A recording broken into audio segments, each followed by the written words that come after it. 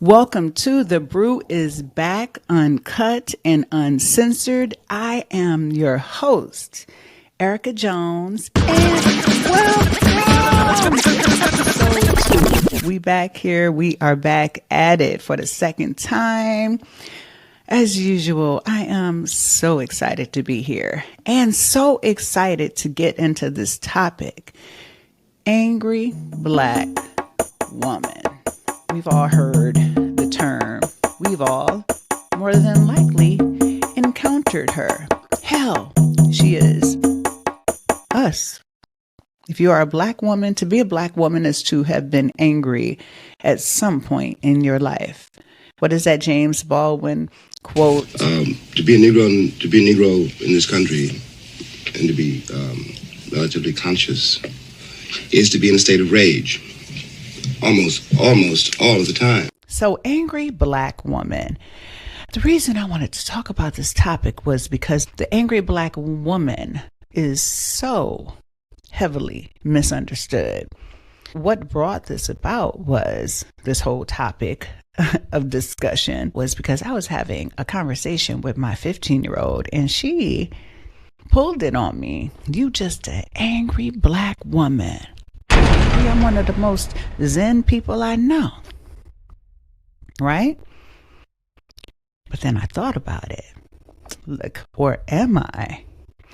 Because as I thought about it more, I was like, I have been getting a little more angry lately with this politics, the state of our country. Every day it's a new thing. They're trying to bring back segregation. I am angrier than I have been. And let me take a look at that. And then I said, you know what? Let me just, it caused me to really ponder and to really reflect. Actually, it caused me to reflect on my life. And I determined that angry Black women are made. They are not born. Nobody's born. We're not just born with the anger gene, melanin, curly, tight texture hair, afro hair, and anger gene.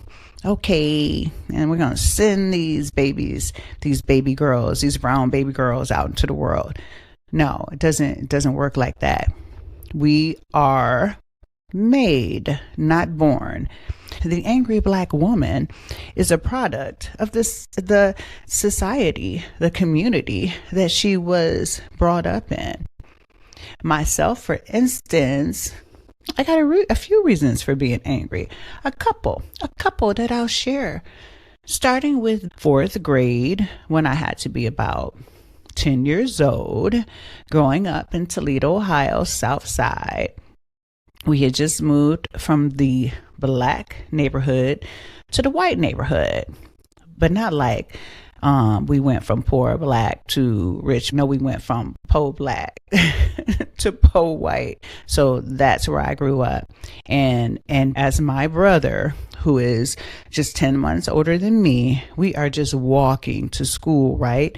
And as we walk to school, what do we get? We get grown-ups screaming out the window, nigger.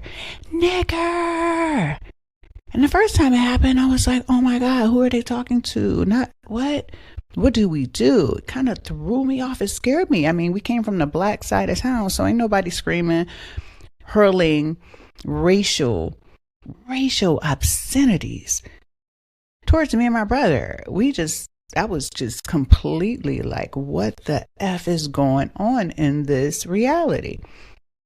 And so the first time, it kind of took me back. Second time, I was mad as hell. Second time, I was like, come say it to my face.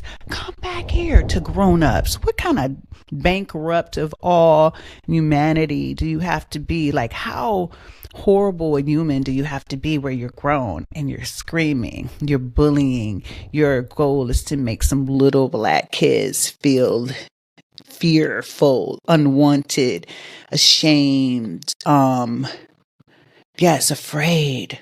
That's your goal. So I'm looking at you, all you people who think like that. I'm looking at you. So that made me angry. Um, Angry as I started reading different books. I would say starting in the seventh grade, I started reading a lot of books on Black history, and I started reading Fire Next Time and Go Tell It on the Mountain and I Know Why the Caged Birds Sing and Roots. Don't get me on Roots. I'm reading Roots. I stopped eating pork because Kunta Kinte did not eat pork. If it wasn't good enough for Kunta Kinte, it was not good enough for me. So I stopped. I used to be bawling reading that book, reading Roots, and just bawling at the injustice of it all. How could people treat other humans like that? Because of what? Because the skin color is darker? Because it's a different culture and the melanin is popping. So you want to kill people, enslave them because they got more melanin. We want to keep this going, enslavement. It ended, but did it really? No, because we still got our people in the prisons. It ain't over until we all free. We are all not free. And until we empty out those prisons, we're still in captivity. We're not free. And we should be, along with our boycotts, should be a list of demands. Let's bring our people home, especially those that are serving sentences for marijuana. America is making a shitload of money off of marijuana. And yet, we still got people serving sentences. They haven't sent them home yet. But the January 6th rioters got sent home. Didn't they, though? Didn't they? They're home. Just to get on Biden for a second, he could have signed an executive order to bring those people home. I remember I heard some talk about reducing sentences. Bring them home. Next, bring them home. But I say we cannot depend on politics. Politics is dead. We're going to have to use our economic power and what other things we come up with, and we cripple them. I really feel like economically speaks more than any other avenue. So we boycott, we pull back, we stop doing the things that make this country money. So y'all want to segregate? Then we going to segregate. We just got to figure this out, but we got to have security too. We got to get our own security. This shit makes me angry. I get angry. I get angry about that. I get angry about racial injustice that is targeted towards me. And I say that I am a Black woman by choice. I am not it's not a fluke that I'm a Black woman. I believe that we choose to come here. I believe that we choose what culture we want to be in, our parents, where we want to grow up, the type of environment based on what we want to accomplish during this lifetime, or based on what we want to experience. Some of us want to experience motherhood. Some of us want to be leaders, writers, musicians, artists. We come here with our plan, and I'm betting it's usually to do some type of good. I don't think we come here to just wreak havoc, but that is what happens to so many. So anyway, I'm not saying I am a victim by being a Black woman. No, I love it. It is the outside world putting a target on my back that pisses me off. Another thing that pisses me off, and pissed me off early on, was when hip hop shifted from being conscious and pro-Black and fight the power and Public Enemy.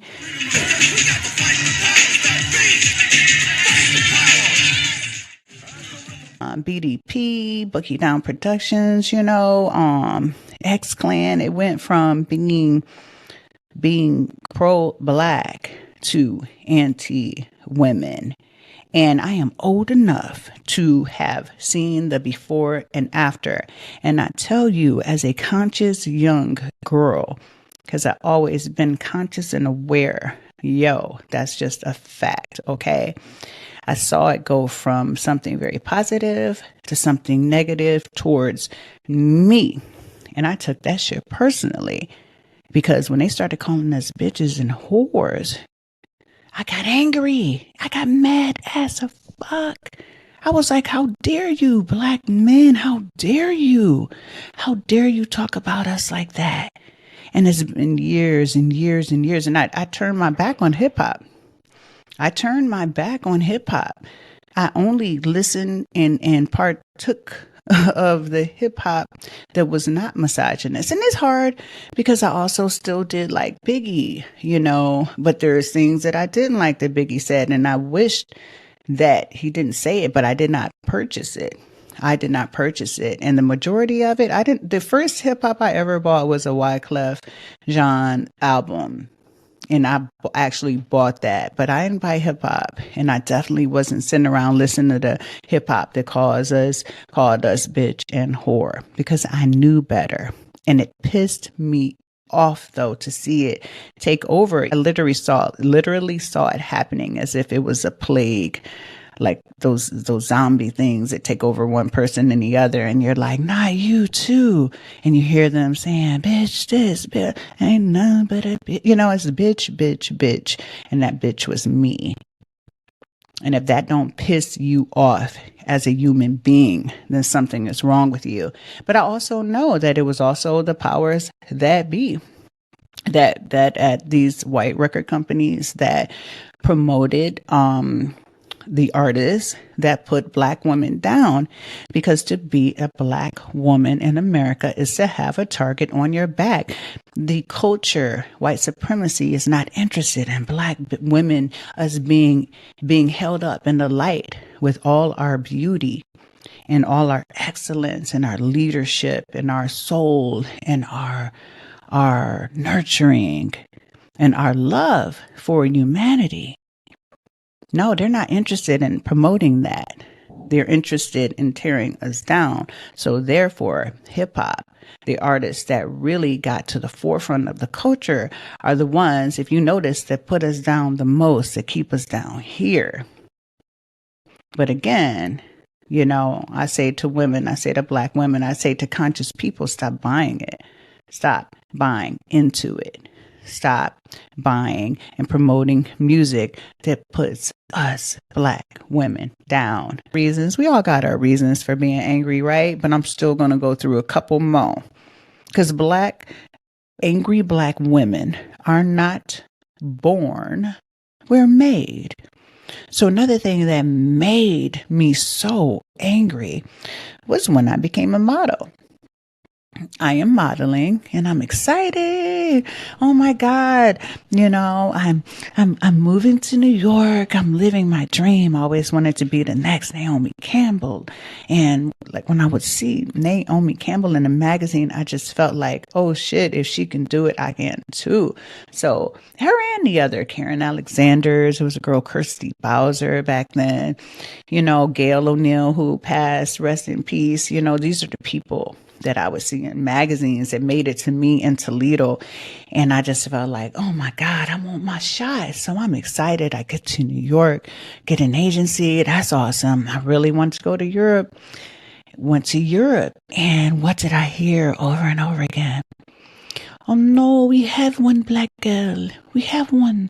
You are beautiful, but I'm sorry. Je suis désolée. Sorry. We have one black girl. And then you see that black girl they got that they're saying they can't take you. They can't take you because of her. And then you see that black girl and it's like a leg wet. And because they have a leg wet, they can't take you because y'all both black. It don't mean how different kind of black. We don't get into the particulars, the shades. If it's black, it's black, and we only need one. And I hear that over and over. But yet, when I look on the wall, at the different models they have, they got like 20 blondes, All of them look the same. You can't tell one blonde, this blonde from black blonde. They got all the different shades of blonde hair from like strawberry blonde to ashy blonde to platinum. What kind of blonde do you want? Brunettes of every shade all look the same, but they're brunette and blue eyes, or do you want brunette with brown eyes? We're going to get you whatever kind of brunette you want. Red hair? Okay, we got 5. We don't have as many because, redheads aren't as in demand, but we're going to get you a few shades, a few different kinds of redheads. You want freckles or without freckles? And then they got that one black girl. So for that client that calls up and says, "Ooh, I think I want to go exotic this season. I want to sprinkle in a little pepper into that salt. I want to sprinkle a little pepper in. So let me call. Do you have a black girl? I think we want a black girl. Yes, we have one. We got one." And they send that one black girl in.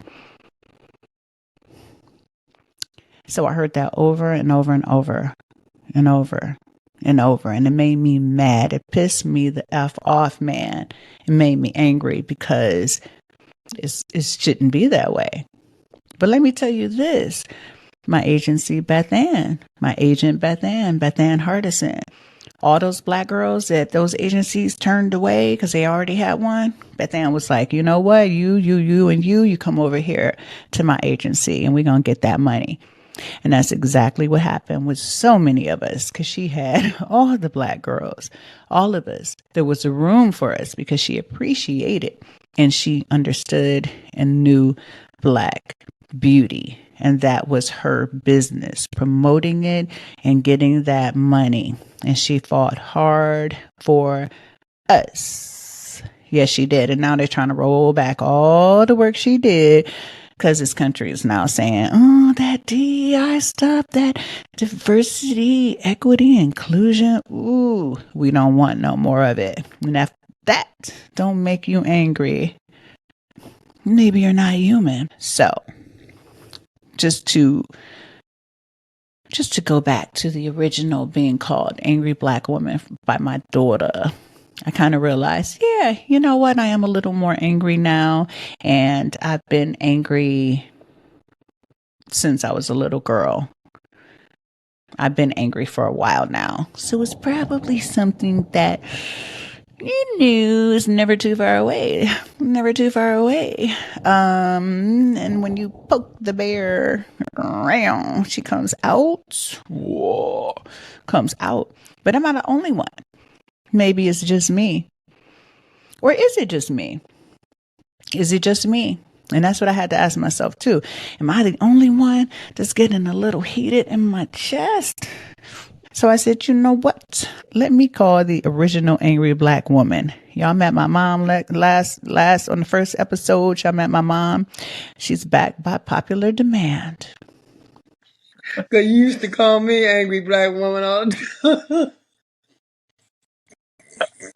Would you consider yourself an angry black woman? No.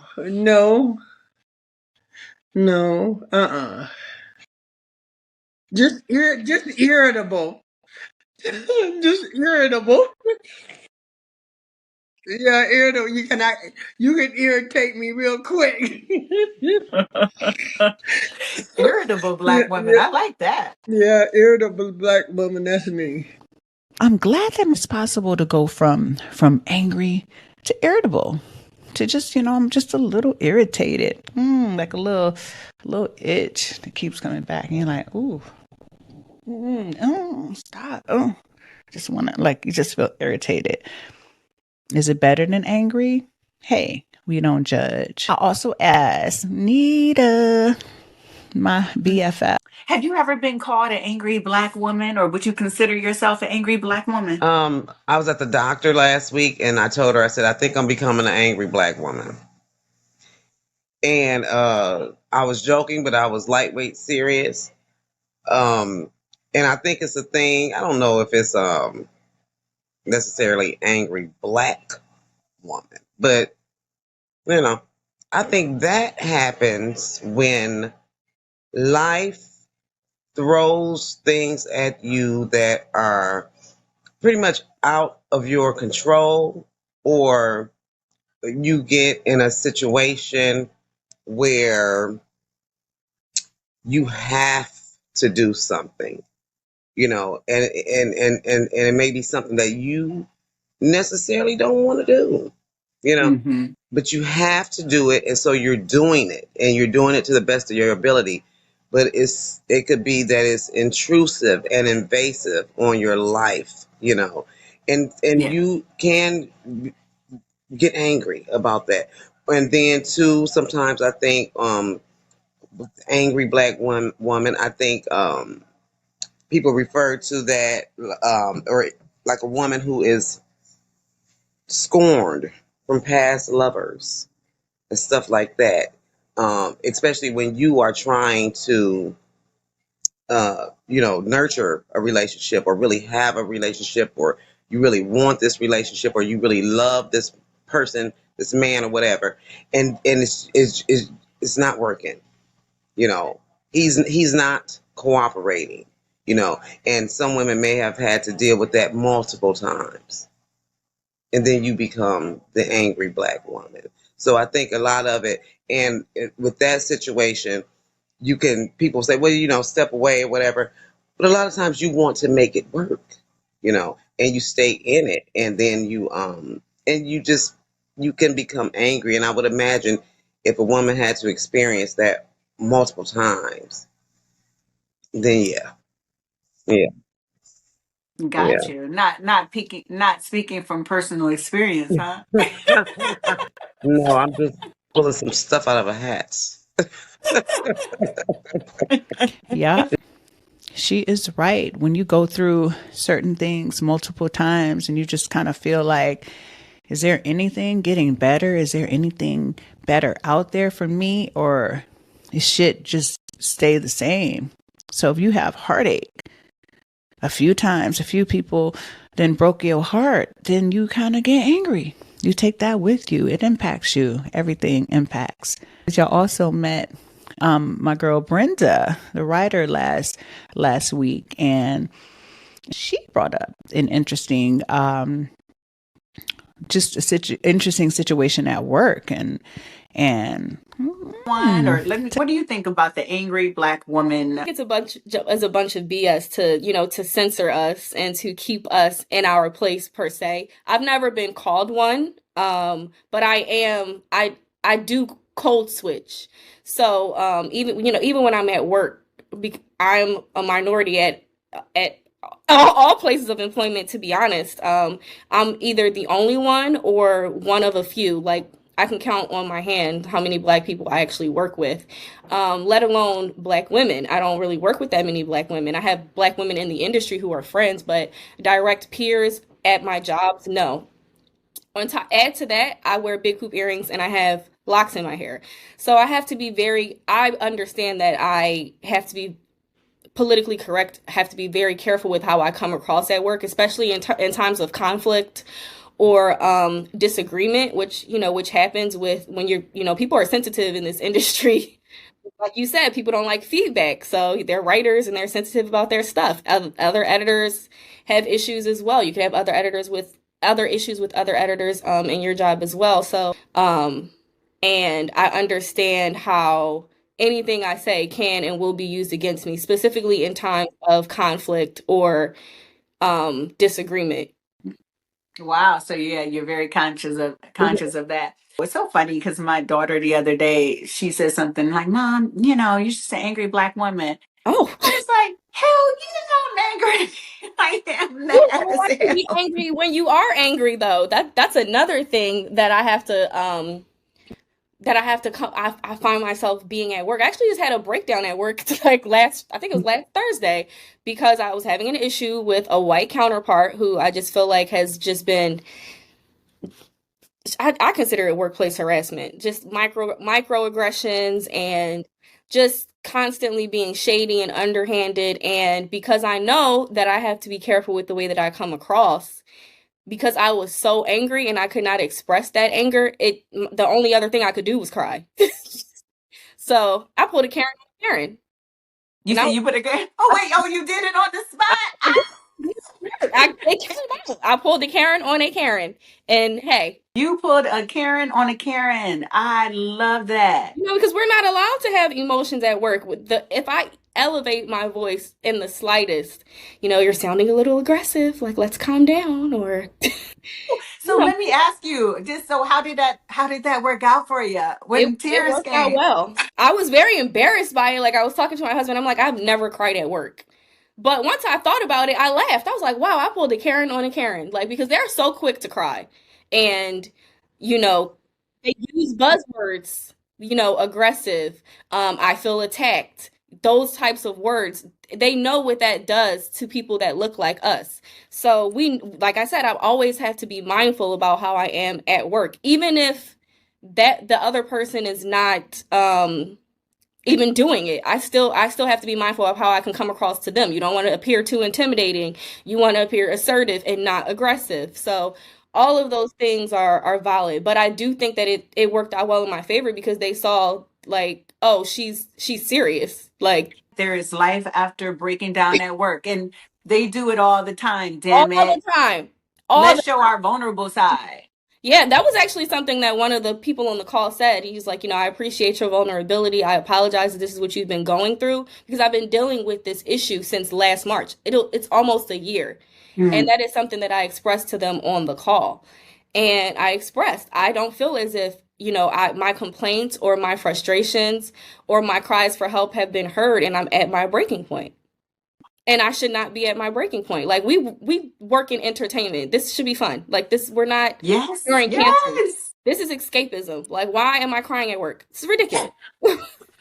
So yeah, what I really like about Brenda's story is that she really showed that vulnerability. Yeah. We get so we because we're so like freaking angry, sometimes it just does not allow for vulnerability. But vulnerability is also a tactic used by most Karens. What we can learn from them. Tears. Tears. Now, black tears have never meant the same as white tears, but damn it, you might catch some tears too. What? Cry me a river, baby. Listen, we got to use what we can use as survival. Keep some tears in your back pocket, okay? Pull them out. Pull them out. It's so hurt.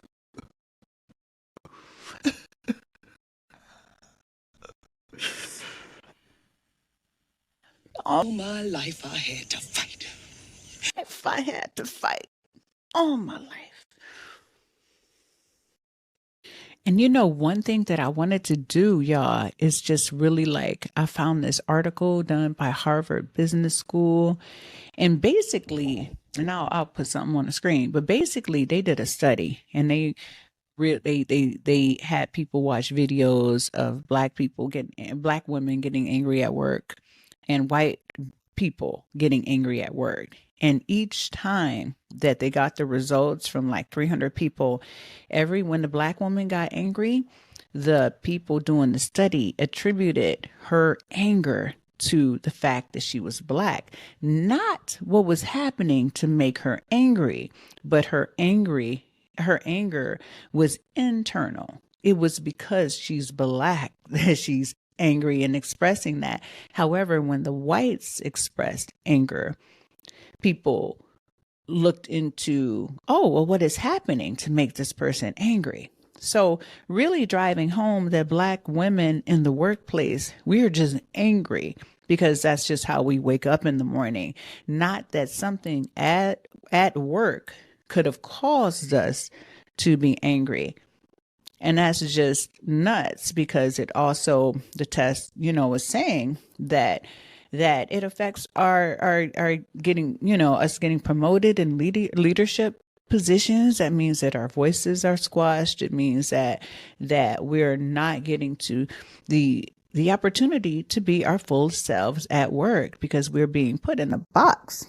We be catching hell in the workplace. And then we're supposed to sit back and not button our lips because we don't want to be seen as angry. Meanwhile, Karens are going the F off. Going off. Anger so unmatched. They will call the cops on you, have you killed, try to get to your income, just annihilate you, Emmett Till anybody. But yet, our expressions of anger, which are never to that degree, rarely, they're just not. I'm so glad that Karen was exposed and has a face and a name, because until then, the angry Black woman had no counterpart.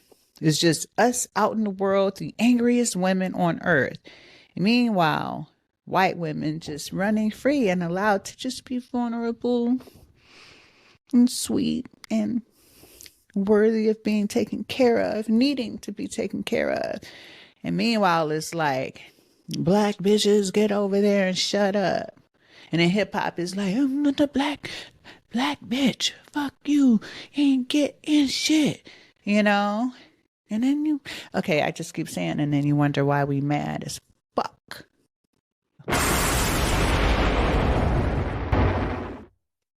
All right, y'all. So next up, we got Christine Bell, who is here to give us a professional look into the angry Black woman. What do people misunderstand about the angry Black woman? One of the things they misunderstand about the angry Black woman is that it's meant as a form of aggression due to oppression. And to a large extent, it is. To me, anger is in how I practice and facilitate and work with my clients, is understanding that anger is pain screaming out loud. It is a combination of your life experience, your socializations, your environment. It is a combination of your life. And the response is anger, it's aggression. And we often look at anger and say, oh no, you shouldn't be feeling that, or you need to put that away, or you need to control it. When the truth is, it's something to make peace with.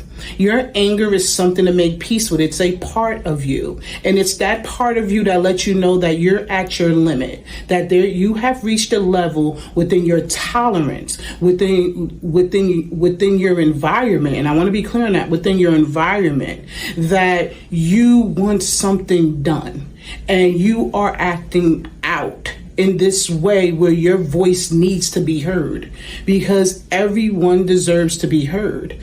And we often, as Black women, I know that I have personally experienced where, say it a little softer, be a little quiet, don't be so intelligent, don't shine in the room, but be in the room. Don't take credit for introducing a new idea, but we need you to introduce the new idea. What does that become? I'm unheard, I am underappreciated, I am being used, but I'm being misused. So yes, the anger comes out, and we try our best to allocate that anger. We take that anger and we say, I'm going to focus it.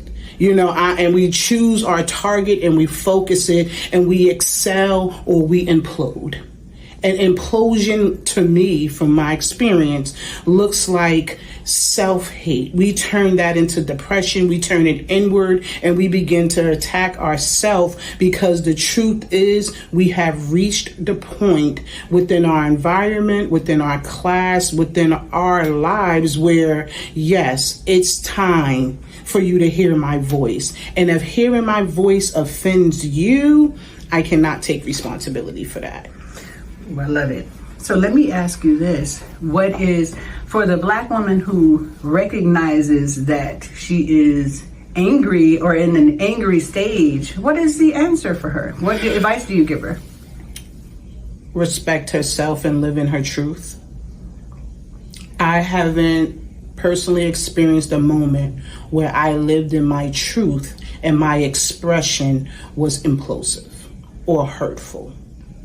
Living in your truth and accepting the fact of I'm underappreciated, I am overutilized, I'm misused, I'm tired, I need a moment, I need self-care, I need recognizing the I and not feeling bad for saying I. So often we feel like I shouldn't say I'm a community, I am this, I am, it's a we, that the I kind of gets pushed to the back. And when you truly make peace with the I, You can sit and watch everything burn down and realize this is not expression of anger. This is change. And sometimes change requires anger. So that's all I can say. If I had to break down this whole conversation on angry black woman, I will do so by leaving you with a story. There's been a lot of talking about Meghan Markle's new show. I think it's called With Love, Meghan. Netflix, and so many people had a lot to say about it. So I was like, okay, you know what? Let me check it out. Let me see what it's doing. I watch her show, and I'm just like, okay, you know what? It's a little, I don't know. It wasn't speaking to me. I was kind of like, is she being herself? Is this her personality really? I don't know.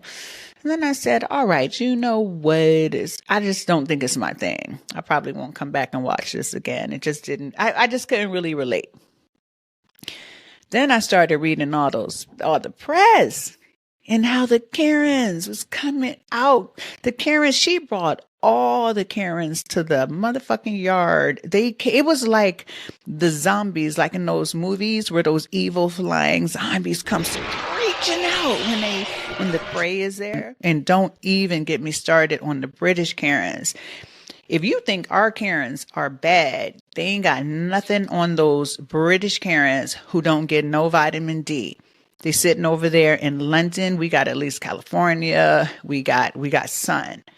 They are sitting there, no freaking vitamin D, and it has affected their freaking brains.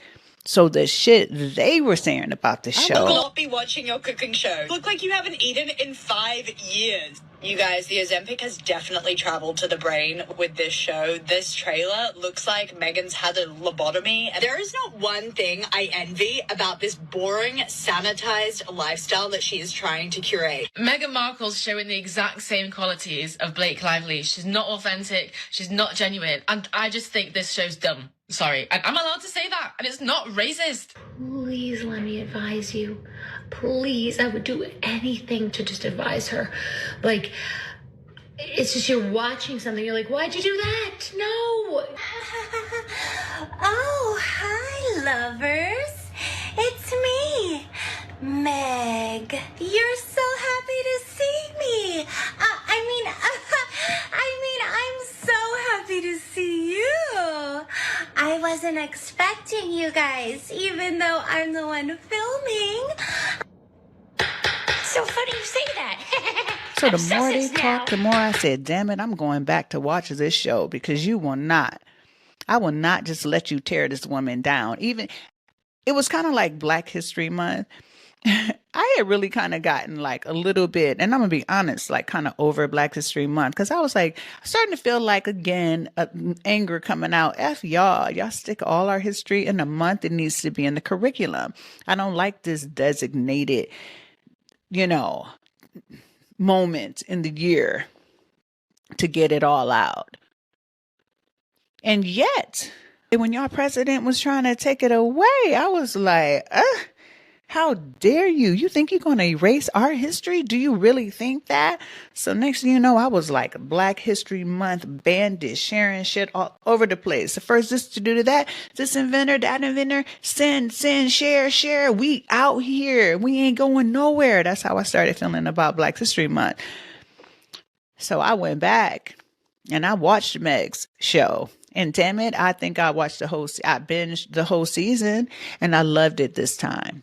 I loved it. And the reason that I loved it, because it was not because I could relate. I still could not relate. But she gave me something to aspire to. For one, her view. It looks like she does a show in like maybe the little guest house or something. It's a little out.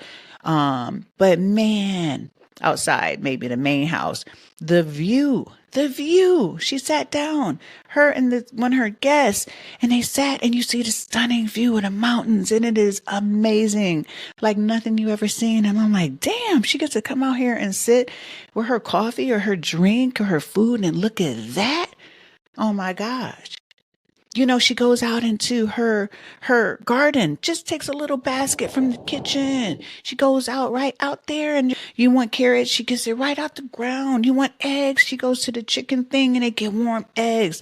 Not that shit you got to spend like $20 for 18. I'd rather go get it from my chickens. She's picking berries, strawberries, and eating them right off the vine, right off the tree.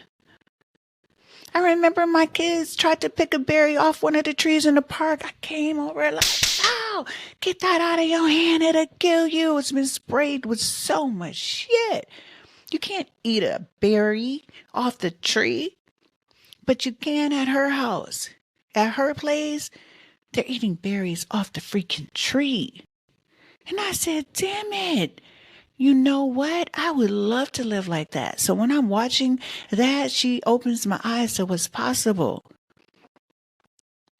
And it's not about me relating. Sometimes it's about showing you what is possible. And some of that stuff she was doing, I would never do, but I wish I would. Sometimes I wish I did have the time to make cute little goodie bags. I kind of did that for my girls when they're growing up, but just not like, I've never been a super arts and crafts girl. Don't get me wrong. I ain't never going to be that girl. But sometimes watching that show has made me, get a little cuter, keep it a little cuter at home. Like the other day, the way I put it on my plate was a little better. The presentation, I gave a little more thought to it, cut up a little more mushrooms and sprinkled it on. You know what I'm saying? I just gave a little thought because watching the show made me want to keep it cuter, So, and it also showed me that, guess what? We're not angry all the time. One of the things that the Karens and the British Karens hate is because they seeing this black woman and she ain't showing you no struggle. Look, she married to a freaking prince. A prince of freaking England who took all the money from everybody all over the world. They took everybody's money.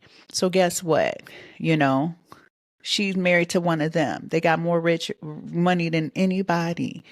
And so you know what? I expect her to live like that. Damn it, if he had her in the projects, I would be mad. No, look, no disrespect to the projects, but anybody in the projects don't want to be in the projects. Anybody in the projects trying to get out. Ain't nobody just happy to be in the freaking projects, okay? So she's supposed to live like that. And that's what they hate. But she showed me, you know what? It's okay to breathe sometimes. It's okay to keep it cute. It's okay to, and look, I'm sure she got a lot to be angry about too at the same time. Because the way they treated her over there in England and the way they treat her now, she can't even breathe right. She take the wrong kind of breath. She breathed too long. Did you see how much air? Like she is supposed to take up no air in the room. They don't want her to take up no air. Don't you even breathe around us. So taking up air is an offense. So she reminded me to breathe. And you know what? If I'm angry, sometimes I'm angry. If I feel like it's getting to me too much, then I'm going to cool it down. I'm going to take care of myself more. I'm going to turn the news off more. I'm going to really be present when I drink my morning coffee. I'm just going to really take in that taste when I have that glass of wine. I'm going to breathe. I'm going to take my space. So y'all, that sums up. That's all I got. That's all I got for this episode. I think I put it all on the table. And you know what? Thank you. As always, thank you for hanging out with me. Y'all, I don't take it lightly because guess what? Y'all could have been anywhere, but y'all chose to be with me. You chose to be here at The Brew Is Back. And for that, I thank you. And y'all, listen, do me a favor. If you've been enjoying these 2 episodes, share. Join my social media, share, subscribe, do all those different things on whatever platform you're watching this on. Just get that algorithm on and popping so that as I come back, this community grows. Follow the people that you see on here. I'll share their social media. We out here, we building a community and we talking about what's going on right now because it's all important and I want everybody to have a say. All All right.